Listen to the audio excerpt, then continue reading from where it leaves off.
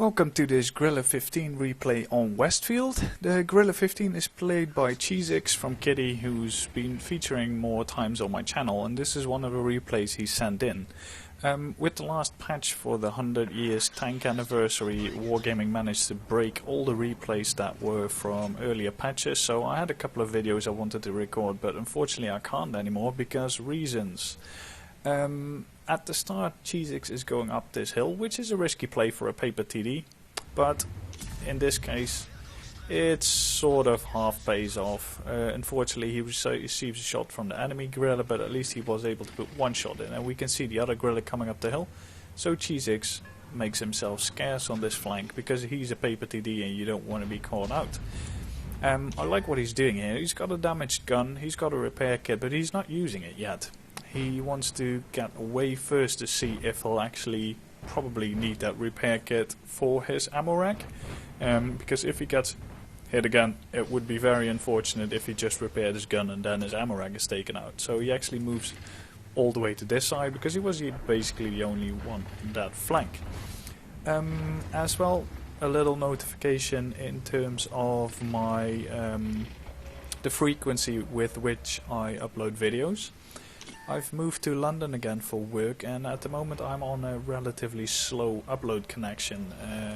It's only like 100 kilobytes per second upload, which, as you can imagine, trying to upload a 1.5 gigabyte video will take 2 days basically. So for the foreseeable future I will be releasing one video per week instead of the regular 2. Normally I would release one on Friday and on Monday, but for now it will be Fridays only, just so you know. The match is developing not really in the favor of Cheezix's team. They've lost 2 tanks while the enemy still has all their tanks intact.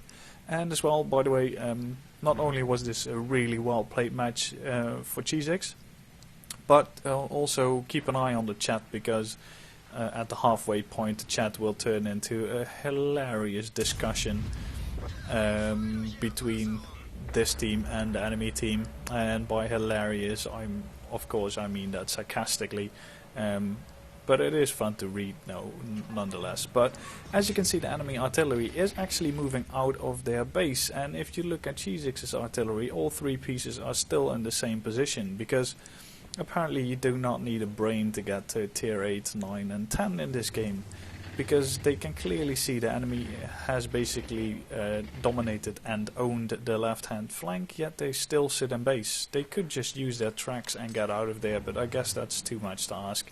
But the enemy artillery is actually using their tracks, so none of them are in the base anymore to be shot at by Cheezix's platoon mates. So Cheezix tries to help out the artillery, putting a shot into T-57. Unfortunately the shot dips into the building. This being a 155mm gun, those shells sort of have a habit to dip over distances compared to the smaller caliber guns, which is something you sort of always have to account for when sniping long range. Cheezix, however, spots this side of the T-125, puts a really nice shot in the turret, which penetrates and does quite nice damage, 700 and something. So that's a good roll. I mean, this gun on a low roll can hit for some things like 680, I think, which is a bit sour if 750 is the average damage. But as you can see, the chat is kicking off. Unfortunately, after I don't know how many patches, Wargaming still hasn't actually succeeded in removing really nice shot into the T-125 Cupola, by the way. But Wargaming still hasn't been able to apparently remove the bug that shows all the messages twice, which with one of them actually censored for no reason. I guess they are focusing on more important things like breaking replay files in minor patches and adding more almost borderline overpowered premiums like the Scorpion. Gotta give them that. But Cheezix is trying to put some shots in. He's a paper TD. He's got 1100 health left. If the E100 shoots an HE shell at him, it's basically done. But now this lure is being really nice in driving into the cap.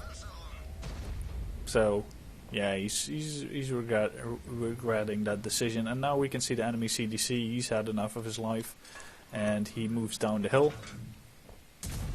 Unfortunately, Cheezix is just too late to shut him down. I really don't know why the CDC was doing that on being a one-shot. He has 3 gun marks, which means that he's quite a competent player. So, yeah, bit of a stupid mistake.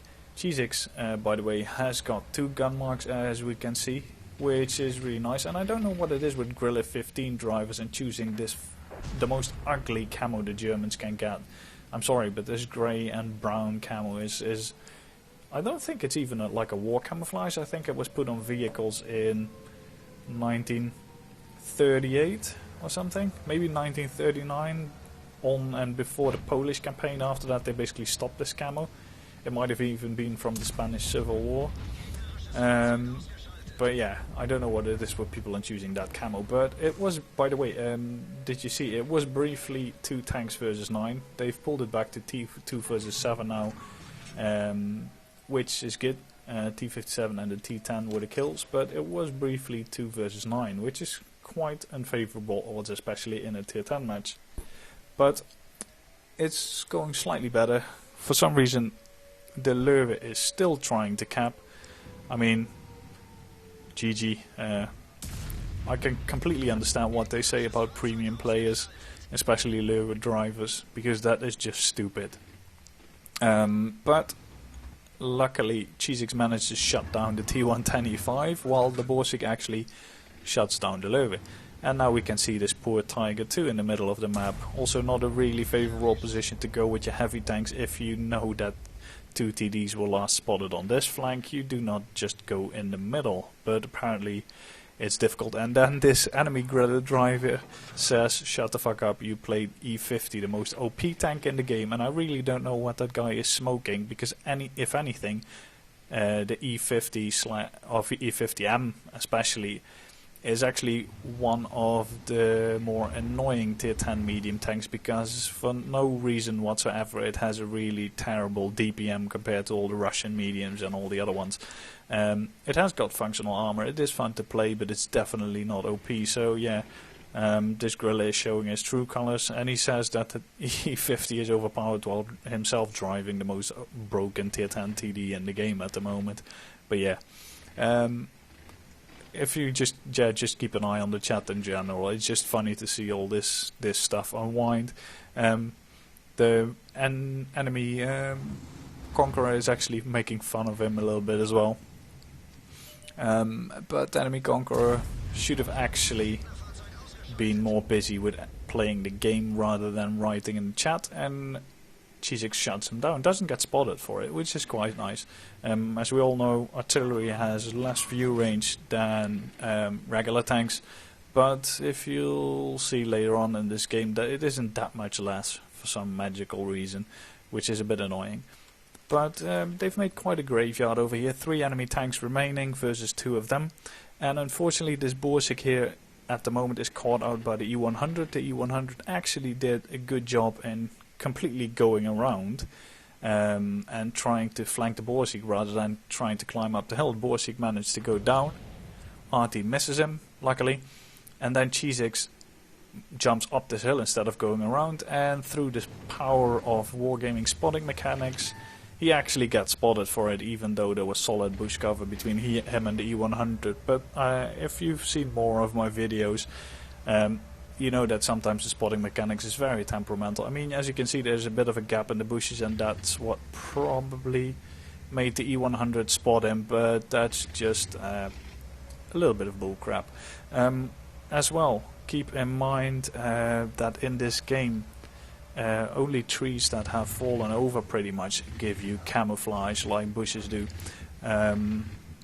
So standing trees actually provide pretty much no camo whatsoever, so always drive over trees, drive them flat so they act as bushes. If you don't, you can actually get spotted if you fire through standing trees. Cheezix does the right thing here, which is to get out of there, but of course artillery managed to track him. Luckily the E100 is stupid enough to not actually focus the tracked static Grille, shoots into the ground, Cheezix has a bit of a brain fart moment here driving, but that's pretty much, well, that's one of the only disadvantages to the Grille 15 is that it's got really slow traverse speed on the hull. So it's a bit like a CDC. For this vehicle that makes sense, for the CDC it doesn't, because it makes that tank handle like the Titanic on ground for no reason, so you actually lose most of your mobility. Unfortunately, Cheezix has another brain fart in looking backwards and driving into this Löwe, and the Borsig unfortunately gets taken out by the E100. And instead of raging in the chat like an absolute douche, he actually apologizes for doing that. Which, I mean, granted, it wasn't the smartest thing to do, but you rarely see this. And I mean, if I look at this match in general, though, the chat between the enemy and the friendly team, I can sort of see why Wargaming would want to remove the chat, but removing the chat is not the actual solution to the problem. It's just it's fighting the symptoms rather than the actual cause. But as you can see, Cheezix was spotted by the artillery. Lorraine actually was in his viewing range, and now he gets spotted by that artillery. And as you can see, the view range on this artillery being a tier 9 is not that bad. Granted, he might have coated optics of some sorts, I don't know. But it is a bit annoying if artillery manages to spot you like that. Cheezix keeps following the artillery, because at this point it's more important to get that vehicle, because this is a paper TD. If artillery hits you, you die. So he moves up and gets spotted again. I mean, look at the speed of that artillery, quite special how fast that thing can drive. And Cheezix does a really nice thing here. He fakes going to the left, and then he actually goes to the right, which is a nice duke to catch inexperienced enemy players out. And the RT is pointing the wrong way, so gets shut down. And the enemy E100 does something very, very stupid, which is to sit in the cap. Granted, it's not as stupid as when the Löwe did it, but it's still stupid. If you're on 400 HP, you're up against a TD which has far superior spotting range than you do. And you're on an open map like this, you do not sit in the cap, because you might as well hang a dinner plate around your neck and ring the bell, because now Cheezix knows exactly where the E100 is. And I like what he's doing here as well. He's loading a HE shell instead of a heat or an AP shell. And the reason for that is that if the E100 player is competent, he might as well have guessed where you're coming from, probably this side, because it provides the best shots. And he might have actually angled his turret and or his hull in a favorable angle to try and bounce shells.